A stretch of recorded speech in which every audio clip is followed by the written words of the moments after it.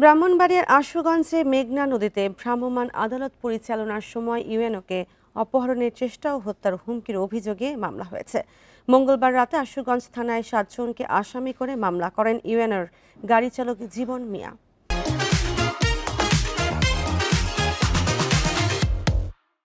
UNO Rafi Mohammad ছড়া বলেন, ভৈরবের ইজারাদার আশুগঞ্জের অংশে বৈদ্যুতিক টাওয়ারের কাছে ড্রেজার দিয়ে অবৈধভাবে বালু উত্তোলন করছিল। এ সময় ইজারাদারদের 5টি ড্রেজার ও 5টি বাল্কহেড জব্দ করা হয়।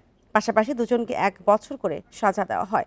ভ্রাম্যমাণ আদালত থেকে ফেরার পথে ইজারাদার ও ভৈরব উপজেলা বিএনপির সভাপতি রফিকুল ইসলামের ভাই তারেকের নেতৃত্বে কয়েকজন স্পিড বোটে এসে তাকে অপহরণের চেষ্টা করে।